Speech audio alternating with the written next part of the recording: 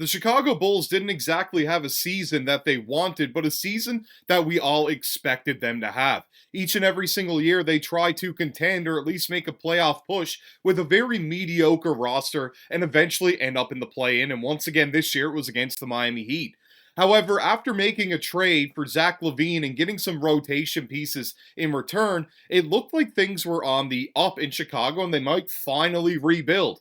However, once again, of course, they made it back to that play-in, but some players really shined after the All-Star break, and that's exactly what we're here to talk about here today on Joe Mercer Sports Podcast. I'm your host, Joey Mercer, and before we get into it there today, I just want to remind everyone, if you are watching this content, to go down below and hit that subscribe button, as about 99% of you that watch these videos are not subscribed to the channel, so make sure if you are watching this content to go down below, hit the subscribe button, turn on the bell for notifications, and every single time we upload, you'll be able to stay up to date with our takes on the NBA and everything that you need to know around it. That's what we'll give you in return, and it's absolutely free, so why not go ahead and do it? Now let's get into the topic at hand there today, which is the Bulls hoping to keep Josh Giddey. I mean, he was absolutely phenomenal after the All-Star break. There's no denying that. And after a trade which saw them moving on from an all-defensive player in Alex Caruso, it looked like Josh Giddey was going to be the new face of the franchise if they were able to move on from Zach LaVine. And they obviously lost DeMar DeRozan last offseason. So right now, that's exactly what it looks like is going to happen, which is great to see. Now let's dive a little bit more into this. This one starts out by saying, by Bleacher Report, the Chicago Bulls entered last offseason with one of the league's best assets in Alex Caruso, a dynamic defender who could fill multiple roles on the offensive end. Their willingness to cash in that trade chip for Josh Giddey was telling, since they knew the 6'8 playmaker had only one season left on his rookie contract. Chicago, of course, also had some control over Giddy's future with restricted free agency awaiting him. But it might still be noteworthy that the price tag on said free agency likely spiked over the season's final stretch. That's when Giddey embarked on a sizzling run during which he averaged 21 points, 11 rebounds, and 9 assists while posting a 50-46-81 slash line in 19 outings after the All-Star break. So, I mean, 50, 40, and 81, not the 90% free throw that a lot of people tried to seek, but very, very solid numbers for such a big guard slash forward. I mean, he can play multiple positions. He's very versatile, and that really helps him out there a lot. His defense needs to get a little bit better, but what I saw from Josh Giddey offensively was very, very good after the All-Star break. It seemed like a mediocre start to the season, I'll be honest, but he finished things off very well. We can then see, was Giddey so good that he priced himself out of Chicago's future? No, it certainly doesn't sound like that. I think he fits really well here, Bulls Executive Vice President Arturas Karnisovas told reporters, and I hope to see him here for the next years to come. I feel really good about Josh and his future here. The Bulls could lean on their leverage and let Giddey test the market, knowing they have the power to match whatever offer he finds from the few teams with cap space to spare. But knowing this front office, the same one that gave Patrick Williams a 5-year, $90 million deal last summer, and its particular affinity for Giddey, Chicago seems less likely to take that route than it is to just give him a bloated deal before he hits the open market. And the prediction is that they give Giddey a 5-year deal. And that's exactly what I think the Chicago Bulls are going to do, and they should do in this matter. If you can't see from the background right now, I am a Chicago Bulls fan, and I wasn't happy with the trade at the time for Alex Caruso. There were some issues with Josh Giddey outside of basketball that I won't dive into right now. But then after seeing how he's played since the All-Star break and how he put everything on the line really in that play-in elimination game against the Miami Heat, I am excited to see Josh Giddey return to the team next season and really be with the team for years to come. Ultimately, I think the biggest issue is the front office, if they're going to sign him for a good deal or too much. He hasn't won any awards, so he's not eligible for a higher pay than just the max rookie extension.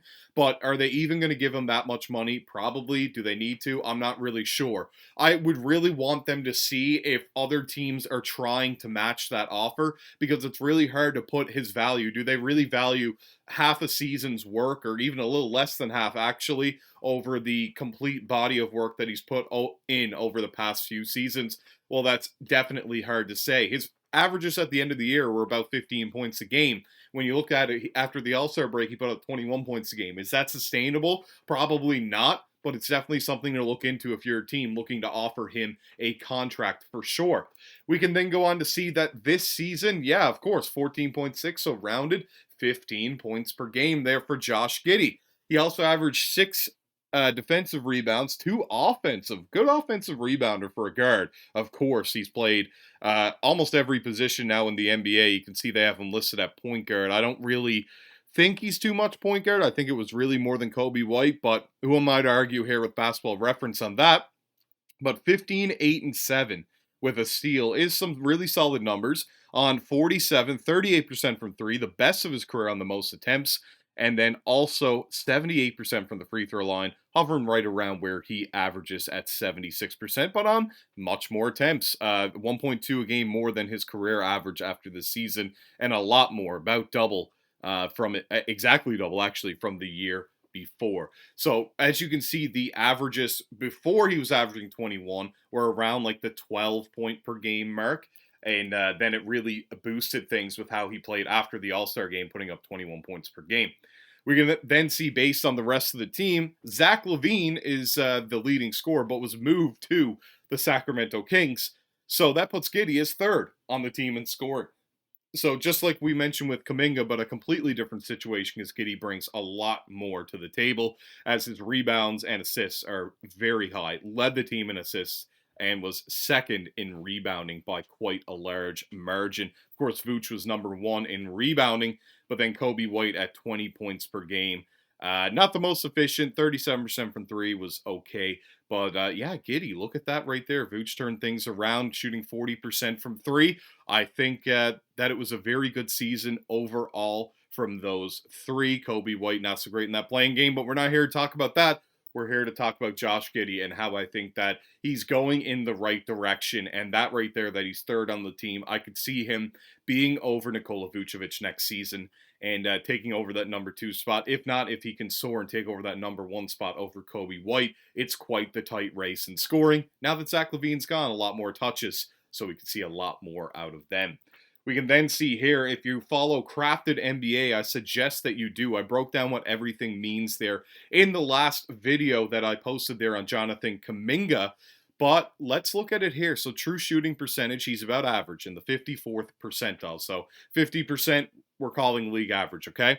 SQ, shot quality. So the quality of shots he takes is a little bit below the league average at 47th percentile. Free throw rate is high, 70th percentile. Good at that. Three-point attempt rate is low. The offensive rebounding rate is 33rd percentile, but he's still very good. It's just the position that they have him at is anywhere from point guard to power forward, so it kind of ranges there for sure. The creation turnovers, so when he's trying to create, how often does he turn over? It's a little bit more. That's one thing that needs to get better. It's well below league average at the 27th percentile, but then everything else we're going to talk about is very high. The load, the amount of load that he carries on offense, 93rd percentile. Creation, 96th percentile. Portability, 74th percentile, because he's so good at those things, and his passer rating is about as good as you can get, the 97th percentile. That is crazy. Overall, his crafted offensive plus minus, the OPM, is the 85th percentile. Very good. It's just the defense that needs to be worked on. His rate to cause defensive turnovers is incredibly low at the 16th percentile. Deflections are a little bit above league average, which is good at the 60th percentile. A very good defensive rebounder at the 77th percentile. Rim defense is 48th percentile, so right around league average, could be a bit better. Rim frequency, though, that he's going to try to defend the rim is very high, 78th percentile, so he's trying, he's just not so great at it. The block percentage, though, is still solid at the 63rd percentile. Versatility, 77th percentile, so he's a very versatile defender and portable on offense, which is good to see. And he does not foul too often. His rate to cause a personal foul against himself is in the 86th percentile. Overall, his crafted defensive plus minus is the 32nd percentile. So those numbers right there in offense and defense, it's not on average is the plus minus. It's a few other things that go into that for sure. But yeah, that's exactly how Josh Giddey plays. Very good offensive player. Needs to change some things on the defensive end, but he's definitely on the right track. And I think he's worth almost any contract that they're able to present him with. We then look at the last thing I want to look at is his size. So his wingspan is very low, which could cause the rim protection to not be great. It's actually lower than his height, which is not too often you see that from an NBA player, unless they're a very good shooter, and he's been a bit of a streaky one. Not so great since he's been in the league. So seeing that it's only a half an inch less, but it can still make all the difference in the world on deflections and protecting the rim. This is all I've got to say on this. I think the Bulls will sign him probably to a rookie max extension based on their front office, somewhere around the $30 million mark. Let me know what you think about that down below in the comments section. Make sure to let me know what you think about Josh Giddey, the Bulls season, anything that you want to say down there below. Make sure to like the video if you made it this far, subscribe to the channel, turn on the bell for notifications, and I'll see you all in the next video.